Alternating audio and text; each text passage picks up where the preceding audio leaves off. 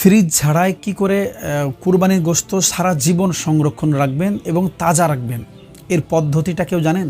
কোনো ফ্রিজ লাগবে না, কোনো ডিপ ফ্রিজ লাগবে না, কিছুই লাগবে না। সিম্পল এবং সুন্দর একটা পদ্ধতি যদি আপনার জানা থাকে, তাহলে আপনার এই কুরবানির গোশত সারা জীবন ভালো থাকবে এবং তাজা থাকবে। চলুন পদ্ধতিটা একবার জেনে আসি।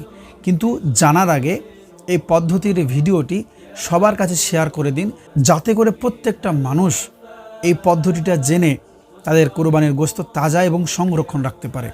চলুন জেনে আসি পদ্ধতিটা কি। 1 নম্বর হলো যে আপনাকে আপনার যে ভাগের গোশত, এই গোশতটাকে আপনার কাছে রাখতে হবে। দ্বিতীয়ত হচ্ছে যে বাজার থেকে আপনাকে শক্ত ক্যারি ব্যাগ, পলিথিন ব্যাগ নিয়ে আসতে হবে। প্রত্যেকটা ক্যারি ব্যাগে 500 গ্রাম বা 1 কেজি করে আপনাকে গোশত প্যাক করতে হবে। এরপরে এমন একটা ঠান্ডা জায়গায় নিয়ে যেতে হবে, যে জায়গায় এবছর সামর্থ্য না থাকার কারণে কুরবানি দিতে পারেনি। অর্থাৎ আপনার পাড়া প্রতিবেশী, আপনার আত্মীয় স্বজনদের মধ্যে এবছর যারা কুরবানি দিতে পারেননি, তাদের বাড়িতে পৌঁছে দিন। তাদের বাড়ির সন্তানেরাও এক টুকরো গোশত পাওয়ার আশায় কারোর মুখের দিকে চেয়ে আছে।